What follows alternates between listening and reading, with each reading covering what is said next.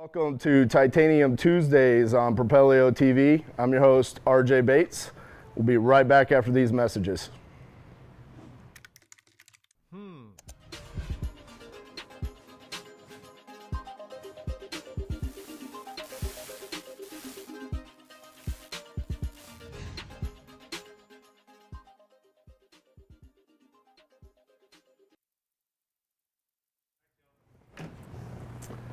Hey guys, thanks for joining us today. I'm excited to have my good buddy, Jason Money McDougall, with us today. Jason, how you doing? Good, buddy. Thanks for having me on. Yeah, man. So today we're going to break down a couple of case studies. One in particular, a deal that Jason and I did together, a wholesale for Jason and an owner finance wrap for Titanium Investments. And then we're also going to break down an owner finance deal in Arlington that Jason did. And I'm also very excited because Jason has claimed that he has a massive surprise for me today. Dude, it's amazing. He's been talking about this for like 3 or 4 weeks. So yeah, I'm really very excited to find out what this surprise is. Not as excited as I am. All right, so let's start with the deal that we did together. Yeah. 1003 Inwood over in Arlington. What was this? This was back right after Christmas? Yeah, January, February, right around there. So let's start with, how did you come about finding the deal and getting it under contract? So that came from a door hanger lead. We put out a lot of door hangers all over the place, and that's where that came from. So he called in and said that he had a house to sell in Arlington and he was relocating, wanted to downsize, and I went and looked at it, ran the numbers on it, and thought it would be a great wholesale. Yep. I wasn't doing a lot of owner finance stuff at the time, so just thought that would be better for Yeah, wholesale. It's funny, like you and I have had conversations afterwards about this deal, and you're like, man, if that had been like 2 or 3 months later, you would have done exactly what I did with it. For sure. And it would have been even better Yeah. because you made money on top of it as a wholesaler. So let's talk about the door hangers. How are you doing that? Is that something you do yourself, or is that something you're outsourcing to somebody? Yeah, we outsource that to a company. Okay. They put out like $40,000 a month is what we're doing right now. That's pretty crazy. So It is is. that one of your main forms of marketing, or is that Yep. is that the main form? No. No? That's Okay. one of them though. So that's pretty cool. Do you farm neighborhoods, or are you buying lists like you do for direct mail and cold calling? Man, I just pick zip codes I like that I would like to wholesale or flip or rent in or whatever, and I target those zip codes. So like Arlington's awesome. So Right. there's several zip codes in Arlington that we market to every month, and it's just like a consistency game like anything else. You just do it repeatedly, the same zip codes every month. Right. Well, and the other thing that I've seen that it helps with you is sometimes you'll leave a door hanger on somebody's door, like myself or another investor. Yeah. And then you get like free promo because, I'll get your little door hanger and then I'm going to take a picture of it and post it on social media and be like, I see you, McDougall. It's like a whole nother form of marketing for your company out there. Yeah, I like it. So, okay, you took this one under contract. When you were running the lead and you're actually sitting down with the seller, how did you analyze the numbers? So I analyze everything. I mean, for a wholesale deal, it's everything. It's 80% minus repairs is kind of how I come with my offer and then what I want Right. to make on the deal. So do you ever, when you're looking at deals like this, do you come up with the strategy while you're making the offer, like, okay, I'm going to wholesale this one, or I'm going to keep this as a rental or an owner finance? Yep, exactly. So when I walk through a house, like I look at the house, I'm like, man, this house is great for whatever strategy. Like I always try to keep everything for a rental first. Right. And then a flip second, an owner finance third, and a wholesale is like the last option. Right. So I look at all those options to see which one's going to fit in the best. So I know before we were talking about that, how do you come up with the different strategies and the way you can make a creative offer, either seller financing or subject to, or just a plain cash offer. How do you come up with that? And it was interesting to me because you said you don't like to do subject twos. So explain that, because I think that's two different, like we have two different mindsets on that. So why do you not like to do subject twos? For sure. I haven't done one. I wouldn't be opposed to it, but usually when you do a sub two, you're reinstating a loan because they're in Right. foreclosure, right? So you're coming out of pocket 10, 15 grand or whatever to reinstate a loan, where when I'm doing owner finance deals, I'm nothing out of pocket to do the deal. Right. So I'd rather do that. And there's more opportunities for that too, rather than sub two. Right. Unless you just specialize in that. See, that's so funny to me because I've always looked at subject twos as a great option for owner financing. and you look at it completely different. And it's just a matter of our experiences. Yeah. I think it's like what leads came to us early on, Yeah. and then we're looking at them, and it's like, this might be a little bit too tight for a plain straight cash offer or a wholesale deal. And so we were kind of almost not forced, but mentally forced into how we feel comfortable. Absolutely. Like I'd very rarely look at a deal on a straight cash offer and want to owner finance it, just because I've never done it that way until, well, on your wholesale deal. So once you got this under contract and you decided you wanted to wholesale it, you blasted it out. I know I think within like 2 minutes of that being sent out. And the reason why is because I already had a buyer for this. So I had someone that came to me, they had poor credit. They wanted to be in this neighborhood in Arlington. It was right in the same price range that they need to be in. And so this was like a perfect fit. Honestly, I didn't even really care what the house looked like. I know you didn't. I remember I called Jason, and I'm like, that one's mine. Lock it down. I'm like, all I need is like 4 minutes just to make sure that there's enough equity in it for when I refinance out, I would have no cash in. And there was. So once you sold it to me, at that point in time, I know we needed to do a walkthrough, and there was a couple of little idiosyncrasies about the property itself. We didn't like that big old shed in the backyard with like the wood shop that and all and the above ground pool. Yeah. Yeah. Whatever. I mean, that was a nice pool, dude. It was, and I think she kept it. For real. She did. Nice. It was funny because all of these things ended up being like an added bonus for the buyer. Yeah. Whereas as a wholesaler, were you not concerned about those items? I didn't care. You just don't care. I didn't care. Is that because of the power of your buyer's list at this point? No, I mean, it was a good deal. So I knew it was going to sell. Somebody was going to buy it. How many people called you about that deal after I locked it down? A lot. I had people go into that house, like knocking on the door, talking to the seller, and they're like, hey, we want to buy this house for whatever. I'm like, dude, no, don't go there and talk to them. So it was funny because after we completed the deal, I actually posted about it on Facebook, and I had people messaging me, and they were like, screw you, dude. Like, I wanted that deal. Like, jokingly. Haters gonna hate. Not like actually angry, but they were, it was funny how people remembered that deal. Yeah. I mean, it really was a good one. It was a good one. So let's try to go through the numbers here. Get specific here. Do you remember what you contracted it for? 67, I think. 67. You sold it to me for what? 76? 79? No, you made 11. 77. So 77 is what I bought it for. Yeah. So Jason made $11,000 on this. So for you, is that in that price range? Is that a pretty typical wholesale fee for something like that? Yeah. I think so. And normally, I mean, I know we have people watching from all across the country. So some people might, in the higher price ranges, be like $11,000 is not enough for a wholesale fee, or to some people in lower price ranges, they might think that's too high. Here, that's pretty typical for that price range. For me, being both a wholesaler and a cash buyer on this particular deal, I had no problem with what Jason was making. I mean, to be honest with you, you could have been making $77,000 and that wouldn't change the deal for me. And that's a mindset thing. So for anybody that's ever had an issue with how much money a wholesaler is making, just kind of get over that and realize that the numbers are the numbers that are presented to you. Don't ever worry about what a wholesaler is making. So once I took that deal down, how much? Do you remember how much rehab you estimated on it?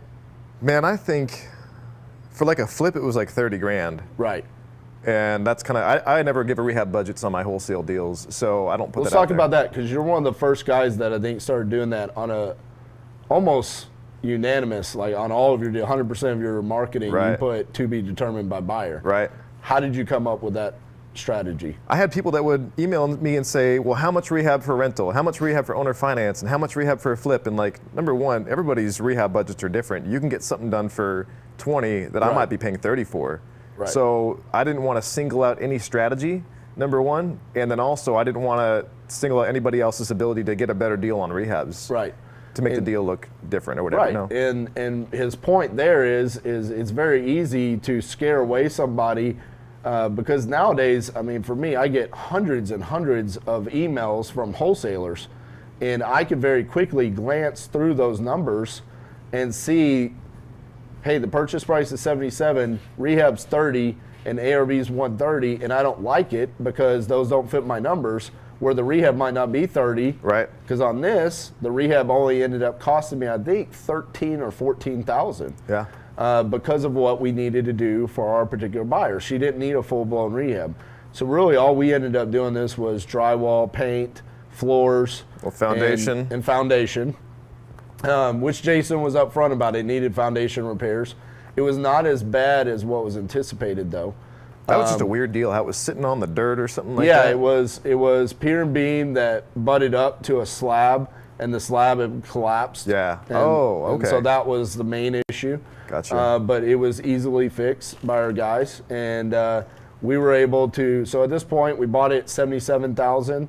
Let's say just overestimating 15,000 for rehab. So what does that put us? 92,000 yeah. all in. We sold it to our end buyer for 130, I believe. Dang it. Yeah. It's a good one. And it appraised at 135. Nice. She gave us $15,000 down payment, and then we refied that out at, I believe, 78% of the appraised price. Nice. So we cash flow a couple $100 a month. It's great. But the main thing was we got the $15,000 down payment, and when we refied, we were able to take out $26,000, I believe. That's amazing. So essentially we made $41,000, and we still cash flow a couple $100. Now that was a decision that we made at the time.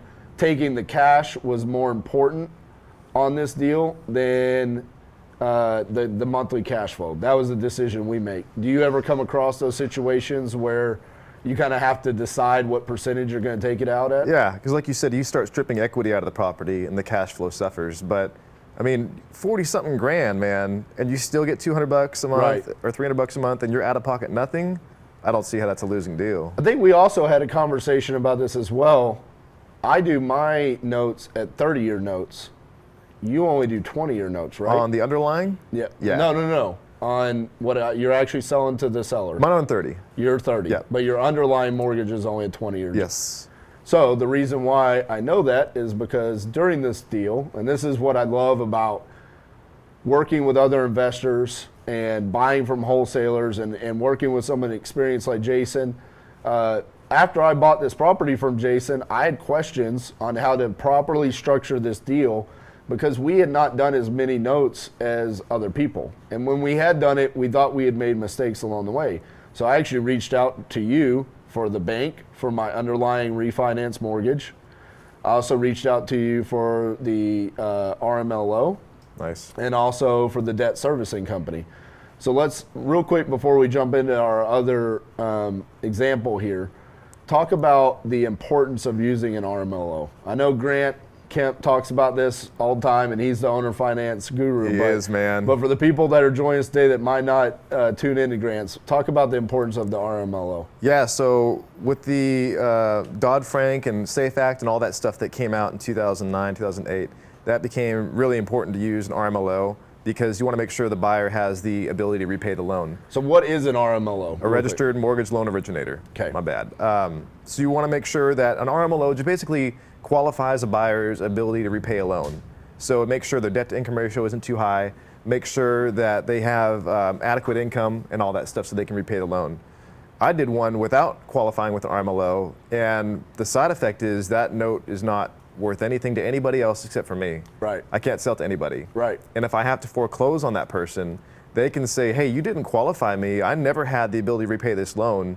And if that goes to court, I could end up giving them the property for free. Wow. And forgiving the entire balance of the loan. So it's very important. And one of the things about owner financing is that some people talk about it as it's such an easy strategy. And for you and I who've done wholesaling extensively, and we realize how easy wholesaling actually is, and then you hear owner financing is easy, you can almost kind of back yourself into a corner by not doing your due diligence and fully learning the strategy. For sure. So it's very important to understand that there's a lot of different steps, and the necessary steps that you have to take can change from state to state, correct? Yeah, absolutely. Right. And so for someone like myself who's in multiple states, I'm at the point right now where I'm only comfortable doing this in Texas. Yeah. I don't understand how to do it in other states. I don't understand the rules and laws and regulations. And, you know, at this point, you brought up like using an RMLO allows you to potentially sell that note. Yeah. Why would you ever want to sell your note? Well, I mean, so if you've got a note, they'll give you like 97% of the unpaid balance after you season it for 12 months. And it varies, you know, there's other note wholesalers out there and stuff. But if you just want to cash out of your note and get your cash back, you can do that. Right. After you season it for 12 months, if you don't care about carrying it for the cash flow. So think about that. You could make money with the down payment. Yeah. You can make money with the cash out refi, and then you can make money when you sell the note. Yeah. It's great, huh? I mean, it's a good strategy, man. It's one of the best out there. I Yeah. mean, every time I talk about it, it's like Get you all fired right, up. It's like, why am I not doing this more? You know, it's funny, and you have at this point in time. How many have you done since then? I've got 2. You've done 2. I've done 2. Which at the time, I mean, when I was I did 1. I remember talking to you about it, and you were like, "Man, that's so awesome that you're able to do that." Like, it was almost like coming from a sense of like, "Wish I was doing that right now." Like, Man, screw the $11,000 wholesale fee. I really wish I would have, man, because I think I did 1 at the time, but for whatever reason, wholesaled this to you. I didn't think about owner financing, but after that, I was like, oh, I'm not doing that again. Right. But I like rentals, man, so like that's my main strategy, but the owner finance definitely has a place in my portfolio for sure. Gotcha. All right, guys, we're going to take a quick break, go to some commercials, and then we're going to come back, and we're going to talk about another owner financing case study that Jason did without me being involved. Sounds good.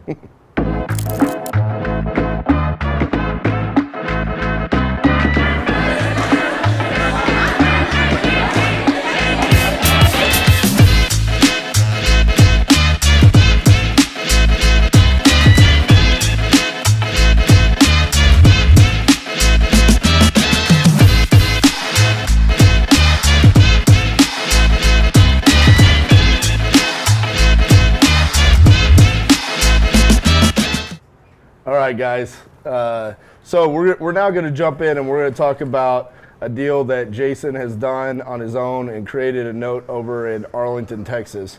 So let's talk about this one in particular. How did you get this one? Was it door hangers as well? Yeah. There's a door hanger. Yeah? Yes, sir. So, okay, what was the motivation that the seller had for this one? This dude's mom owned the house, and she was dying in 2 weeks.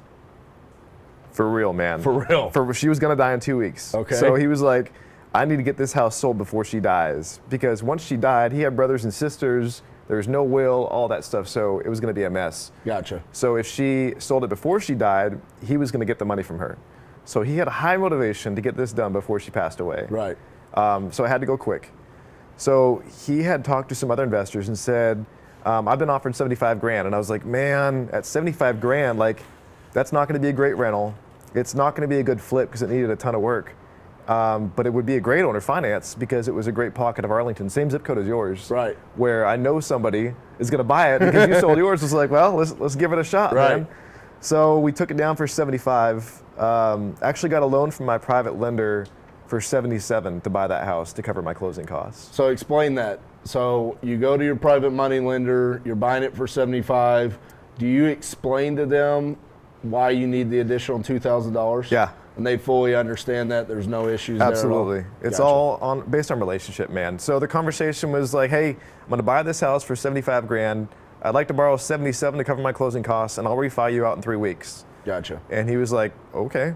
So on something like that, let's talk about, you don't have to get too detailed, but for the people that have We get in the weeds, man. Let's that do are it. not as experienced on raising private capital, how do you structure that? Are you putting them in first lien position? Is it just JV agreement? And then how are you compensating them? It's a first lien position, so it's a deed of trust and promissory note that secures the whole thing, just like you're getting a loan from a bank Right. or whatever. And structured at 10% and 2 points was what we agreed on. Okay. Or 11% and 2 points, something like that. I think the Gotcha. deal was. And for someone who's going, okay, you just threw out some topics that I don't understand. First lien position, deed of trust. Explain to people how that's actually created and who does that. Because I think some people think that's something they have to do. You can. Right. Yeah. But there's an easier way to do it. Title company. Right. Yeah, title company will make the deed of trust. They'll make the promissory note as long as you tell them the terms. And then what was the other part of it? I guess that's it. That's it. Yeah. I mean, that's as literally as simple as it is. And I found this out because I didn't know that this was ever something that somebody thought about, but I remember before I ever got into real estate investing, I was being trained by someone, and they were like, just make offers. And they were breaking down all these strategies and stuff like that. And I remember my only question I had was, excuse me, sir, I've never bought a house before. How do you make an offer? Like, is there a place that you submit? Like, is there a piece of paper? Right. And he was like, you just tell your realtor, and they write up a contract, and you sign it. That's making an offer. And I was like, oh.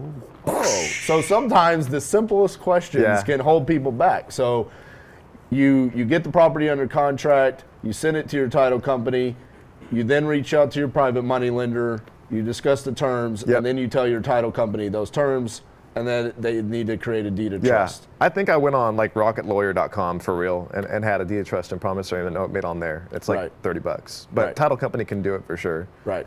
So okay, you bought this one for $75,000. Yeah. So when you bought the property, what were you looking for to determine that this was going to be a good owner finance for you? It was clean. It was like not in terrible condition, but it was like grandma's house, had not been updated since 1958, and it needed massive foundation work. There was some termite damage, but everything else, like it was livable. Like someone could just clean the carpets and move in the house. Gotcha. And be good to go. Okay, so livable.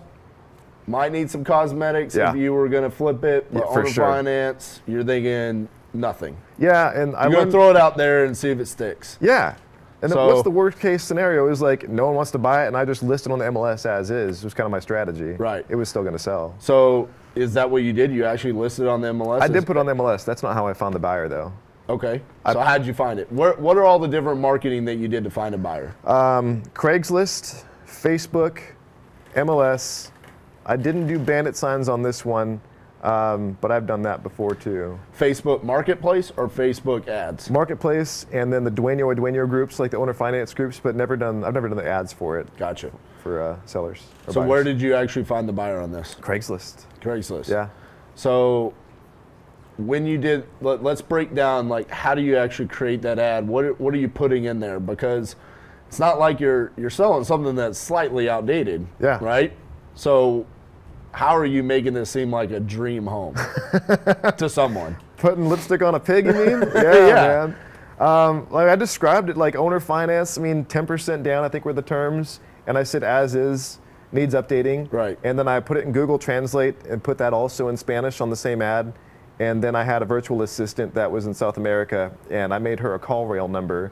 So any calls that were in Spanish went to her, and she kind of knew some basic information to answer questions about the property. Nice. For Spanish. So that's very important, especially here in Dallas-Fort Worth, that when you're doing the owner finance, someone is readily available that can answer the questions in Spanish. For sure, man. We learned that the hard way. So I'm glad you did not have to learn that. I mean, I learned the hard way too. I was like, this ain't working. What do I do? Right. I think Ron Carlson gave me some tips. So once you get the call from Craigslist, they want to take it down. Kind of walk me through the process of how do you verify your buyer? I'm assuming you use the RMLO at that point. I did. What do you do before you reach out to the RMLO? And kind of walk me through that process. They walked through the house and they looked at the house and saw the issues with the house. The foundation, like I said, it was bad, man. It needed like $8,000 in foundation work. But the house was livable, and they were like really anxious to have a home. They were living in an apartment. They're like, this is great. We can come in here and make some updates as we live in the house, so we're cool with it. Gotcha. Real quick, I just saw a question up there. They want to know, what does your door hanger look like? My postcard. What does your postcard look like? I don't know. It has a picture of you on it, yeah, right? It's got a picture of me, my wife, my son. It's got a little animated picture of a house. And just, I mean, there's nothing special about my postcard. Nothing special. No. Actually, you could probably find it on like Roughneck to Real Estate. Yeah. I'm assuming there's probably, I think I've personally seen like 5 or 6 where people have tagged you by getting different door hangers. There's no secret in that. And like, that's evolved, right? Like, and I'll change it in a month. Right. So the door hangers change, the postcards all change, everything changes, just testing. At the end of the day, that doesn't really matter. It's more about the consistency with it. Taking action. Right. Absolutely. So, okay, back to this deal. You've taken it down, private money, 10 and 2 with your Yep. private money lender. Yep. You've now found a buyer. Yes, sir. And they want to live in this neighborhood more than anything. They do. right? They're excited. So then you reach out to your RMLO. Do they have like an app that they fill out, or how does that? Before I did all that, you have to have your underlying lien in place first. Oh yeah. Hey, that's important. You actually have to like refinance it. It's good. So we refinanced. See, I'm a it. newbie at this as well. You are not a newbie at this. Give yourself more credit. I'm the newbie. Okay, so let's walk through that process. So I went to the bank and I said, I've got this house. I bought it for 77 grand, and I would like to refinance it just as is. And they're like, all right. So they sent their appraiser out, and the appraiser was like, it's worth 106 as is. I'm like, dang, it was okay. That worked out. Right. So I'm in it for 77. It appraised for 106. I refinanced 85% of the AR or the as-is value. So I refinanced it for 90 grand and Right. put 13 grand in my pocket when I refinanced it. So Dominique asked, how are you able to pay the private money lender back in 3 weeks? This is exactly how. So he's taking it down with private money and then immediately refinancing it out with this bank. Like literally the day after we closed on it with private money, I started the refinance with my bank. Right. And now you can't do that with every bank out there. Correct. This is very, and this is like your big deal. Yeah. Right? Like you're like traveling all across the Metroplex every night of the week to every different meetup talking about this. This Yeah, is very passionate for you. So it's about establishing a relationship with a bank Yep. to create passive income. Right, with a community bank. Right. For sure. And not just one, Yeah, several. as many as you possibly Because that can. bank, did you use TFNB for that Yep, deal? yep. So Nathan Sloan reached out to me like a month ago. He's like, hey man, we can't take on any more new clients. We've maxed out on new business for the year. So Right. you've got to have backup banks to go to. Absolutely. And that happens all the time, not only with just the banks for refinances, but it also happens with hard money lenders Yeah. and your private money lenders. Raising capital is constant. Absolutely. And that's crazy to think about, like a bank. You just think of like a bank that would always have money, Yeah. right? Like, no, there's no way they're going to be tapped out, but they have regulations on them. Yeah. It's not necessarily that they're out of money, Right. but there's only so many loans that they can give and all of that. I'm Yep. not an expert in that, but that's what's been explained to me. Nathan So, Sloan is on Propelio Academy, I think, Yep. and he talked about that. So great video to watch about how to work with banks. Absolutely. Hey guys, if y'all have any questions, please drop them in the comments. We would love to answer. I know that we're going through these fairly quickly, and by no means do Jason and I consider ourselves expert in this strategy, not like Mr. Kemp, who comes on tomorrow. But we do want to share the success stories that we've had on these deals, and so we would love to be able to answer your questions. Paul Starnes, thank you. Paul Starnes, what's up, buddy? Starnes, that's your good buddy. He says this is really good info. Man, it's good to know. We're not up here making ourselves look like jackasses. I was sweating it, man. Sweating it. Okay, so now you've refinanced it. Yeah. So what was the percentage that you refied this one out? You actually went pretty high on I this one. did. 85. 85% of the appraised value. Yeah. So this appraised for the value of 106. Yeah, So you took 85% of that, I did. and you bought this at 75,000. Yes. So your new loan's 90,000. Right. So this goes back to you're only in 77,000 plus your interest to your private money lender. Yeah. Why are you taking more than that? I want more money Right. up front. Right. Yeah. This helps for what? Overhead, Oh, absolutely. marketing, Whatever. Yeah. I mean, you can have. so the- Propelio costumes for tonight's meetup. Oh, I'm pretty excited about Right. it. I was going to be Bane, Yeah, dude. and Casio did not order my. You better go to Costume City tonight, girl. Go get them. So I don't know what I'm going to be tonight. I was thinking about going as Jason McDougall. Your But beard is too good, I man. had to You gotta shave my trim it off. beard. Yeah. So that's a little shout out for tonight's meetup. I'll be in Buzz Grapevine. Lightyear, by the way. Buzz Lightyear. Yeah, dude. Is Miranda coming? Yeah. And what's she gonna be? It's gonna be a cat. Oh, I thought she was gonna be Woody. No, she. No, she's not gonna be Woody. I'm sorry. My director just wagged his finger at me, so There's a joke there. We won't go there. okay. Dominique has another question. What does that conversation look like to get them on board? He's talking about private money, I'm assuming. Now, this is a private money lender that you've done multiple deals with, right? That was the first deal we did together. But you're saying you're going to pay them back in 3 weeks. Yeah. So I showed him what I'd done previously with other private lenders. Right. And I was like, so here's the deal. Here's the ARV on it. Here's the pictures on it. Here's my strategy on it. I'm going to pay you back in 3 weeks. Here's when I did this before. Like, I even gave him the phone number to the other lender I did it with. Do you actually have like a professional presentation on? You should have a professional. You should. I think Corey Peterson talks about that. And Corey Peterson, if y'all don't know who he is, he's the big kahuna. He's the kahuna. Yeah, he does apartment investing all across the country. And his big deal is always use other people's money and how to raise other people's money. And he takes that very seriously. And he always talks about creating a professional packet that really nails down why these people should entrust either their self-directed IRA or just private money that they have sitting in a bank account not making them any money. It's very important that you present yourself in a very professional manner when you're trying to raise private capital.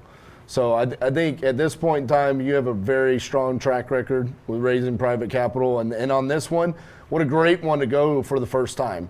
Yeah, I only like, need it for 3 weeks. Yeah, test the waters with Right. me and let's see how it goes. And now he's very happy. Right. So, okay, you've refinanced it at 85% of the appraised value of $106,000 within 3 weeks. So you took a loan of $90,000, and break down the terms on that loan. I'm personally guaranteeing that loan. Okay. So it's in my name, but it's my LLC name, but I'm personally guaranteeing it. So if something happens and that loan doesn't get paid, I'm paying that loan no matter what. Okay. It's 20-year amortization, so the loan is based over 20 years. It's at 6.5%. Okay. And the rate adjusts, I think, every 3 years on that loan. So it's 6.5% for 3 years, and then it could go way up, just depending on where interest rates are. Right. So on this particular underlying mortgage, well, that's what we're going to refer to it as because that's what it eventually becomes. Yeah.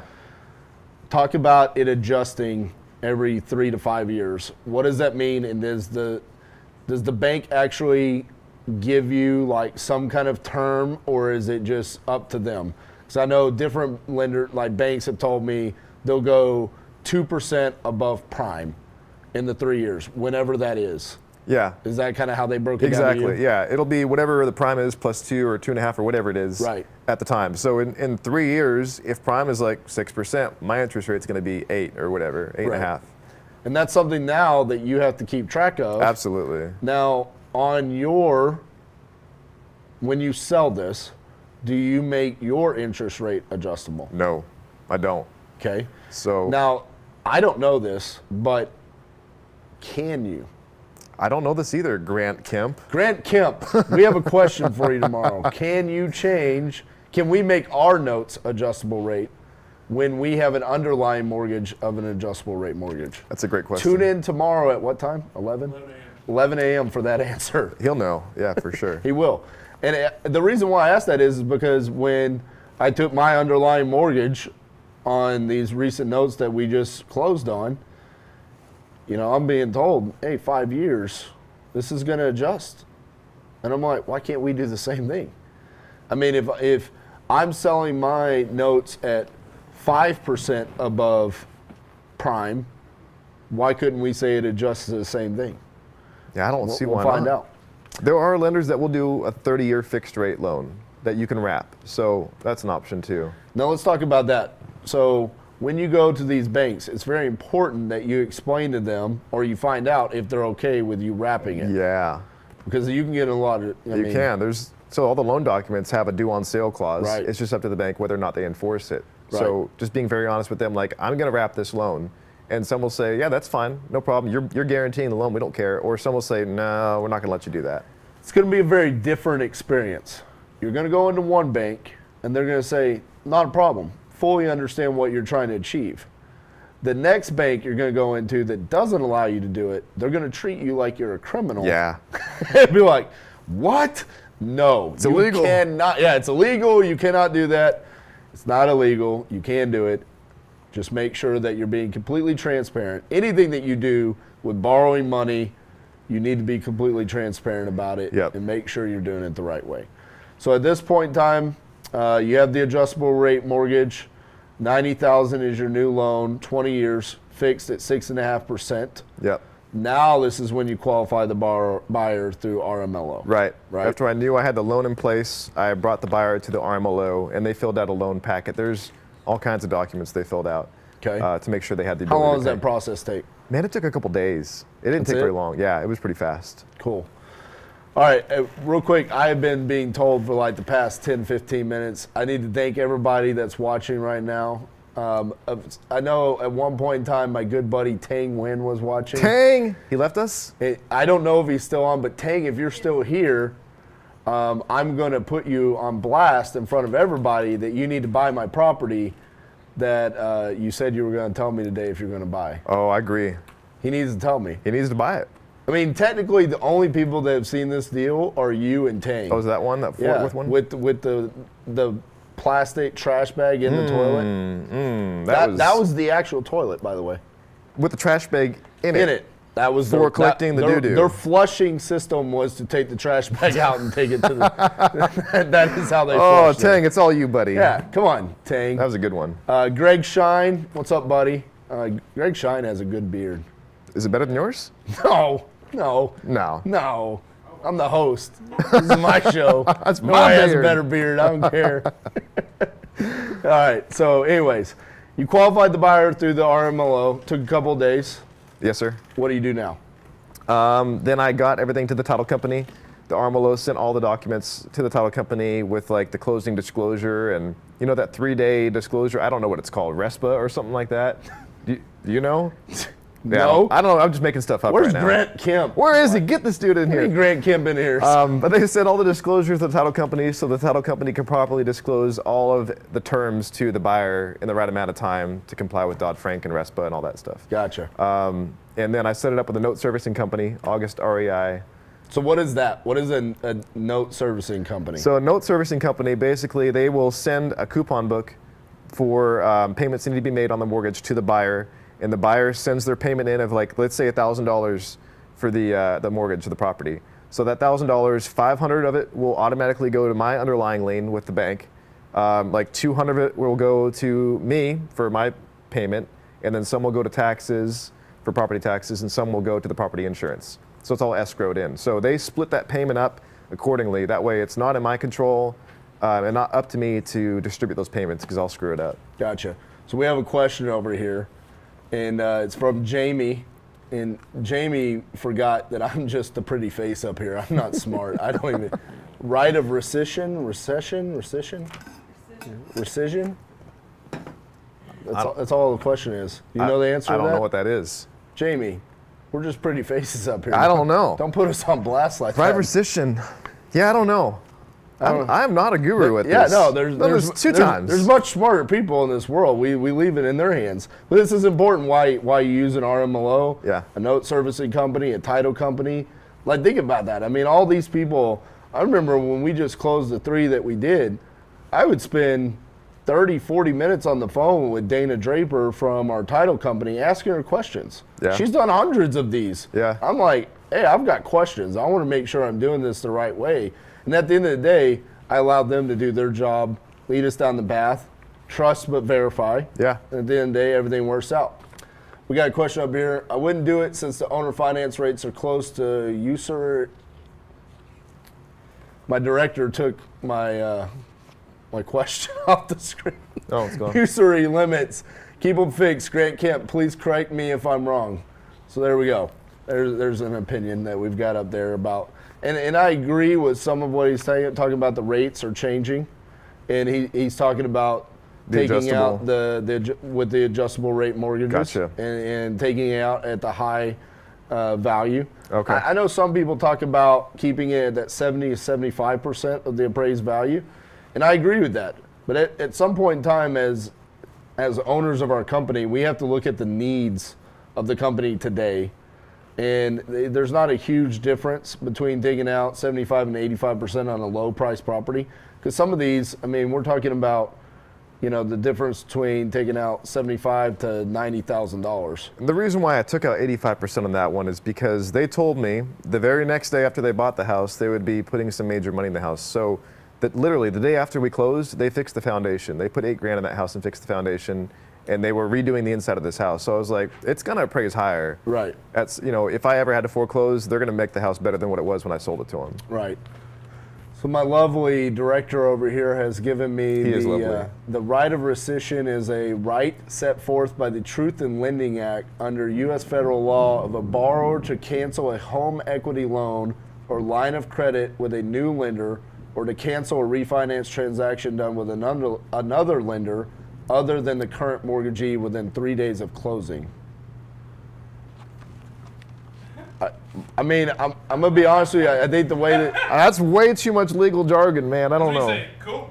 yeah, I mean, I get kind of what your point is, but just ignoring everything that was said up there, I'm gonna go back. I'm simple stupid. So Yeah, me too. I mean, the way I'm looking at this is our underlying mortgage is already in place. Yeah. We're selling it to them we are being transparent and letting them know that there is an underlying mortgage. They have to sign an underlying lien disclosure. Right. Yeah. They're signing a disclosure saying they fully understand that there's an underlying mortgage. Yep.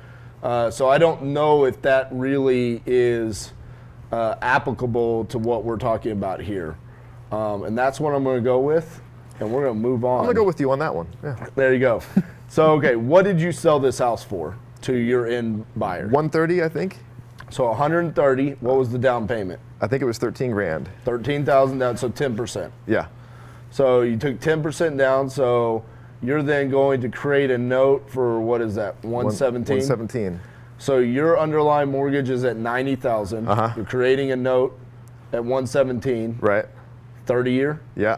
So 30-year note, and what's the interest rate? 9.9%. And that's fixed for 30 years. Fixed for 30 years, yeah. So total cash received from purchase and sale after expenses, 15,000. Yep. Is what you have here. And how much cash out of pocket did you have here? $0. $0. And monthly cash flow? Like 330 bucks. So made 15,000, Yeah. and then you're gonna have $330 cash flow, probably for the next 30 years. Well, Yeah. actually no, 20. Yeah, buddy. 20 years, because after 20 years, what happens? The loan is paid off. The underlying loan. mortgage is gone. Right. So that's just pure cash flow. So coming then in. what would that go up to? $1,300 or no, it's less than that with tax and insurance. Like maybe $1,000 a month. Right. They say they're going to refinance the house. They always say that. They are not going to refinance that house. Guarantee you. Right. They So, always say that. It'll be good.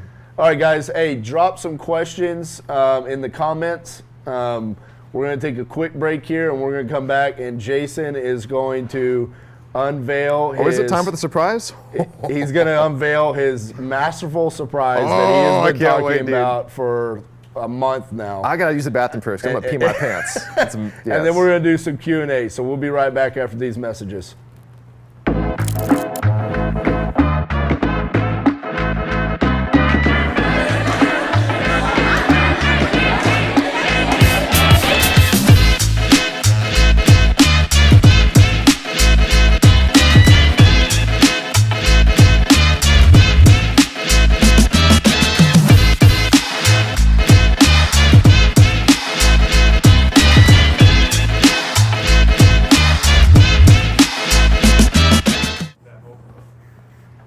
Hey guys, thanks for coming back. Today's show is sponsored by Propelio. Y'all see that? Propelio.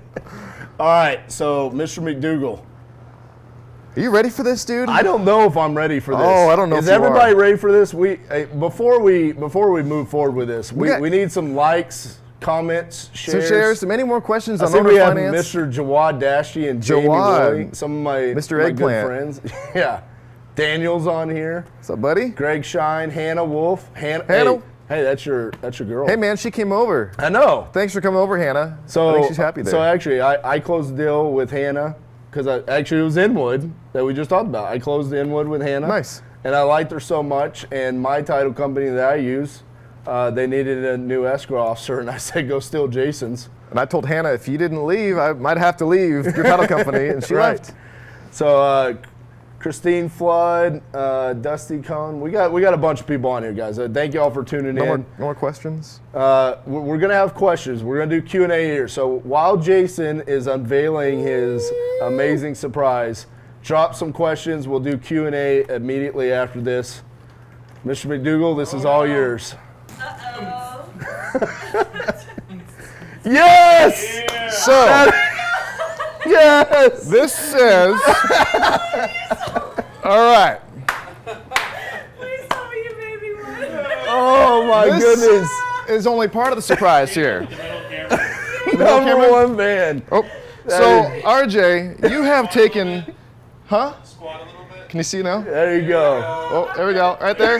Yeah, buddy. Yeah, I like it, right? You love that? That is awesome. Yes. Oh, wait. It gets so much better. Oh, Okay. please tell me there's underwear. Yeah, baby. All right. No. It's PG.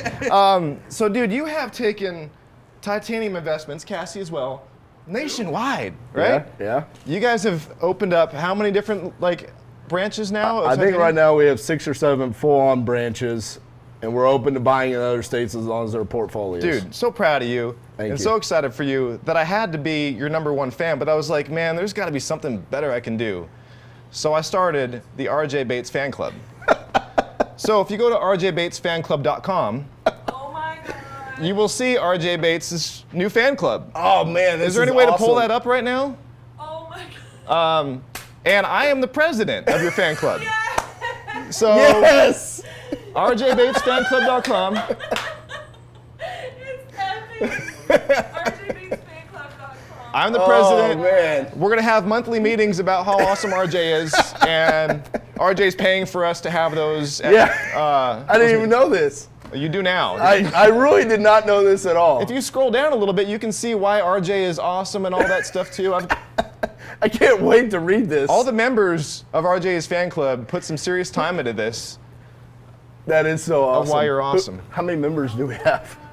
We only got one. Right now we only have one. This is the unveiling of it. Oh my god. So yeah, everybody Man. go to rjbatesfanclub.com. That is amazing. I thought it was, man. I- I was gonna come in here with like a hashtag fanboy shirt. My wife was like, no, I got a better idea. I was like, oh, that's great. That is truly amazing. That's awesome. Miranda. She's smart. Man.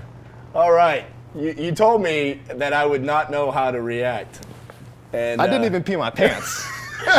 That's amazing. You succeeded, my man. Thank you. That's awesome, man. But how does that give me any surprise? Well, your surprise comes tonight. All right, back to real estate. Tang Nguyen, our good buddy, who also does owner financing, I believe, doesn't he? I think he He does. does. He has a fantastic question. What happens if the national average rates surpass the wrap rate of 9.99%? Yeah, sell the note. Sell the note, Mr. Nguyen. I think that's what he does. I actually just had this conversation with him yesterday. We were out walking a property together, and I know he sells his, not all of them, but some of his notes very quickly. Yeah. And I think that's also something you just kind of have to keep your pulse on. For sure. I know Ryan did a little bumpity bump to a video that Propelio did way back, probably about a year ago, probably showed up on your memories, where Daniel and Ryan were talking about the pulse of the market and how it can go up and down, and paying attention to that. Like, as real estate investors, that's part of like our job, is to make sure that we understand where the market is, where the interest rates are, and how we're adjusting our business so you don't get yourself in trouble. Dominique has a question. So he received the owner finance for 20 years and owner finance to end buyer for 30 years. So Dominique, Jason has an underlying mortgage that is for 20 years. He sold the property on a note that is 30 years. So after 20 years, his underlying mortgage goes away, and then he's going to get 10 more years of payments from the buyer. So Exactly. that all goes back to, it depends on the bank that you use for the underlying mortgage. And that's why it's important to have multiple banks that you're working with, because you can get, like he said, there's actual banks out there that will do 30-year fixed for you that will allow you to wrap. Yep. So that will alleviate the pressure of the adjustable rate mortgage like Tang's talking about. Right. It just kind of hurts the cash flow. Wait, does it? No, I guess it doesn't hurt the cash flow. It might make it better. Yeah, it makes it a little bit better. Let's think about what the negative is. There's not a negative to doing that. No. It's a little bit harder to find, Yeah. is what it is. So apparently Ryan wants us to use the hashtag wrap donut. What? I think hashtag wrap donut was from exactly a year ago. And it was from one of the early Propelio shows. Yeah, it was out at Grand Teach or something. Yep. Back in the way back? Hashtag wrap donut. Donut. That's when there was a much funnier host, Ryan, on here. Who, that guy? Yeah. It's pretty funny. Before he took on his directing days. How do y'all think Ryan's doing as a director on here? He's so good. He is good. Doing pretty good. All right, guys, drop some more. Yeah, there's the wrap donut. There it is. I love it. Love that bad boy. All right, guys, we need some more questions. We got any more questions about the RJ Bates fan club? I just want to make sure that we got that all cleared up.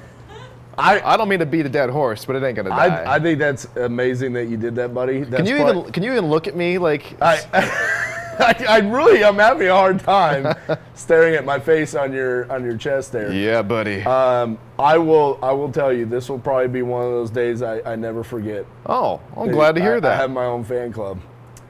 So, Titanium Investments would like to thank Propelio for having us here. Everyone come see Jason MC tonight. Stop by and talk to Cassie.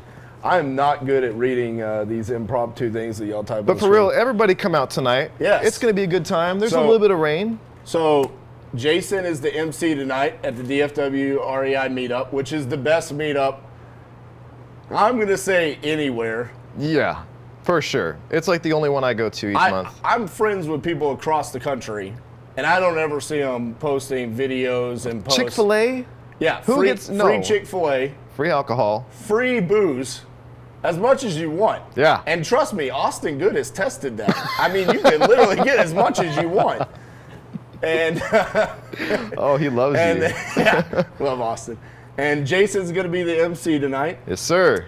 Are you excited because you get to bring all of us up and tell these crazy stories? Yeah. REI horror stories tonight. Dude, I'm excited. Are you telling yours? Maybe. I think y'all's are better. I got one that's pretty dang good, or two. I mean, mine's about murder. That's way better than mine with that's pretty cool. Prostitutes and pimps. I don't know. I mean, prostitutes and pimps is pretty fun. So they were not fun. Hey, Michael not Barrett, that kind of prostitutes and pimps. Michael Barrett wants to know, do you have any bank suggestions? I'm going to assume that's local here to DFW. Yeah, but I think he is local. So Affiliated Bank in Bedford is a main bank. And then First Bank in Fort Worth will also let you wrap. It's a good bank too. But they all want relationships. They all want you to deposit some money with them and build a relationship with them. Okay. So Jamie came back with another question. And Jamie, is it Jamie Woolley? No, it's Jamie Farias. Jaime? Jaime? Is it Jaime? Jaime. Sorry. Screwing that up. Sorry, Jaime. If you come tonight, you can come meet me, and then I'll know how to pronounce your name. I apologize. You're probably not going to join my fan club since I called you Jamie. So, Jaime, do you ever graduate the payments instead of the percent on the note to make it more marketable and increase yields? No. That sounds advanced, and that doesn't sound like a bad idea. I just have not. Okay.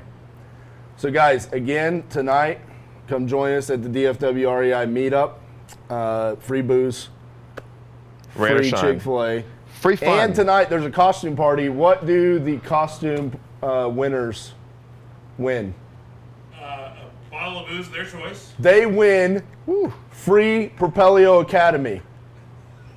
Wait, isn't it already free? They get a What? bottle of liquor. That's already free. They get You get free booze tonight.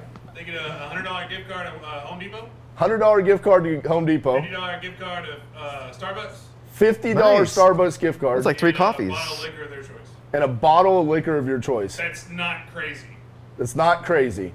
So you get drunk, you get caffeinated, and then when you wake up tomorrow, you can go to Home Depot and work on your Your rehab. Your project. That's pretty There you good. go. What are you gonna wear? I'm winning the Propelio. Oh, I can't Ryan wait. Harper is Winnie Propelio. Winnie the Propelio. Winnie the Propelio. That's amazing. Yeah, I'll show you a glimpse. Here we go. We're yeah, getting we a get a free sneak preview peek. of Ryan Harper right here. That's great. All right, guys. Next week, we're gonna have my good friend Jamie Woolley on, and Jamie is going to share some of the amazing deals that she's done, which she really only wholesales. So who knows what we're going to talk about? But I love to give Jamie Woolley a hard time more than anybody out there. So tune in next week because I'm going to roast her ass. No, on you here. won't. Oh yes, No, you dude. won't. Yes, I will. Oh, it's going to be Whoa, amazing. Dude, what is that? Oh, yes. sweet No, you baby gotta go Jesus. show it. It's still wet. It's okay. Dude, I love that costume. Here comes Winnie the Propelio. Please tell preview. me you're wearing nothing underneath that. There's nothing underneath. It's gold paint. Oh, Gold yeah, paint. dude. There it is. Oh, I love it.